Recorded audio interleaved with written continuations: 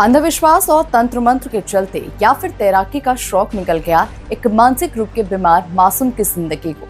जी हाँ, उत्तरी दिल्ली के वजीराबाद थाना इलाके के जगतपुर स्थित शनि श्याम घाट पर 11 साल का बच्चा नदी की तेज धारा में बह गया। परिवार की आंखों के सामने हुआ ये हादसा पूरे इलाके को गमगीन कर गया है। सवाल ये उठ रहा है कि क्या ये मौत अंधविश्वास का नतीजा थी या फिर तैराकी के शौक ने बच्चे की जान ले ली। अंधविश्वास व तंत्र मंत्र के चलते या फिर तैराकी का शौक निकल गया मानसिक रूप से बीमार मासूम बच्चे की जिंदगी। सवाल ये उठता है कि क्या ये मौत अंधविश्वास का नतीजा थी या फिर तैराकी का शौक बच्चे की जान ले गया। उत्तरी दिल्ली के जगतपुर स्थित शनि श्याम घाट पर उस वक्त चीख पुकार मच गई जब 11 साल का मासूम स्पर्श अपने पिता के साथ नहाने उतरा और देखते ही देखते यमुना की तेज धाराओं में बह गया। पिता ने भरसक कोशिश की लेकिन लहरों की ताकत इतनी ज्यादा थी कि मासूम को बचाया नहीं जा सका। हादसे के बाद सदमे में आए पिता ने अपने बेटे को यमुना नदी से ढूंढने के लिए कई बार यमुना नदी में छलांग लगाई, लेकिन बार बार कोशिश करने के बाद तमाम कोशिशें नाकामयाब साबित हुई। ये किसी ने मतलब बकावा सकावा कर दिया कि इसको जो है ना इसमें नहला दो ठीक हो जाएगा। भाई ये नहाने लिया हाथ छूट गया। पता नहीं, हम गांव में रहते हैं, ये किसी पंडित वंडित ने बता दिया। हम तो गांव में रहे हैं, ये यहाँ रहता है गाड़ी में। अच्छा।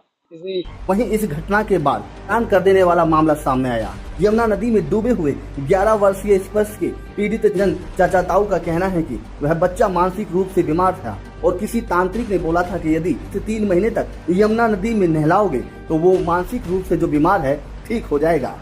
यमुना नदी में नहलाने के लिए किसी तांत्रिक ने उनके माता पिता को सलाह दी और उसके बाद माता पिता हर रोज पिछले 2 महीने से अपने बेटे को यमुना नदी पर नहलाने के लिए ला रहे थे। यमुना अब उफान पर थी और यमुना एक रुद्र रूप ले चुकी थी, लेकिन ऐसी स्थिति में भी एक पिता ने अपने बेटे को अपने साथ यमुना नदी में नहलाने के लिए उतारा और हादसा हो गया।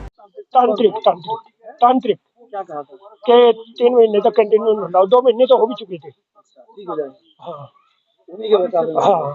किसी ने इसको बताया, हमारा भाई लगता है छोटा, कि भाई बच्चे को 2-3 महीने यहाँ नहलाओ। 2 महीने के करीब हो भी गए। वो अपने आप आते थे, हाथ से पकड़ कर नहलाते थे।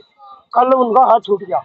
किसने बताया था? कौन? कोई तांत्रिक ये नहीं बता पा रहा ना वो तांत्रिक था। हाँ। कुछ पता चल रहा है? नहीं, वो बता नहीं पा रहा। कितने दिनों से नहा रहे थे? 2 महीने से हर रोज आते थे? हर रोज आते थे। तो आज क्या हुआ? कल हाथ डेली हाथ पकड़ के नहलाते थे। कल पानी तेज होने के बाद हाथ छूट कर वो गड़बड़ में आ गया।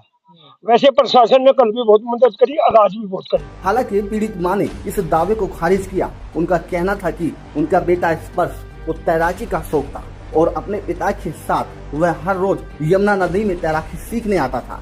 दुर्भाग्य से ये शौक उसके लिए जानलेवा साबित हुआ। किसी तांत्रिक का कोई मामला नहीं था। मेरा बेटा तैरना सीख रहा था, बस यमुना नदी की तेज मझधार थी और वो बह गया।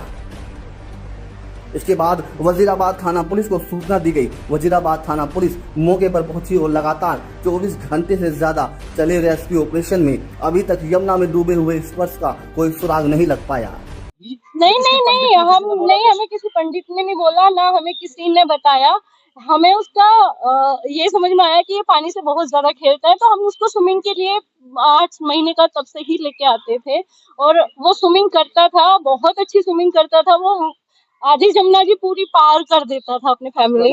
हम नहाने आए थे, नहाने क्या, हमको स्विमिंग आती है, मतलब हस्बैंड को भी, बेटे को भी आती है, उसको भी, मतलब काफी अच्छा तैराक था वो भी और पापा भी। और मतलब वो अपने आप को संभाल नहीं पाया। उसके पापा ने उसकी गोली भी भर ली थी, उसको अपने पास झकड़ भी दिया था कि मतलब निकल जाऊंगा। अगर कोई दूसरा बंदा वहाँ पे खड़े थे, सबको आवाज लगाई कि भैया एक बार आ जाओ, क्योंकि मेरा बच्चा हैवी बहुत है।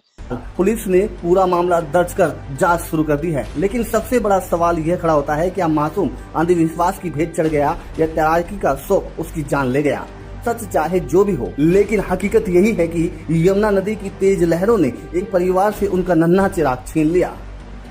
बार बार लोगों को यमुना नदी न जाने की सलाह दी जा रही है, लेकिन यमुना नदी उफान पर होने के बाद भी लोग यमुना नदी में नहा रहे हैं, जिसकी वजह से कई बड़े हादसे हो रहे हैं और लगातार यमुना नदी उफान पर है। और ऐसे में लगातार हो रहे हादसों को लेकर अब कहीं न कहीं यमुना संबंधित विभाग के प्रशासनिक अधिकारियों की बड़ी लापरवाही देखने को मिल रही है। आपातकालीन स्थिति से निपटने के लिए ना ही गोताखोर मौके पर है और ना ही यमुना के घाटों के पास कोई बोट क्लब की तरफ से कोई नाव छोड़ी गई है। हाल परिवार अपनी इस चूक को सबसे बड़ी गलती समझ रहा है। वजीराबाद थाना पुलिस इस पूरे मामले की तफ्तीश गंभीरता से कर रही है। Report unique India TV, Jagatpur, Delhi.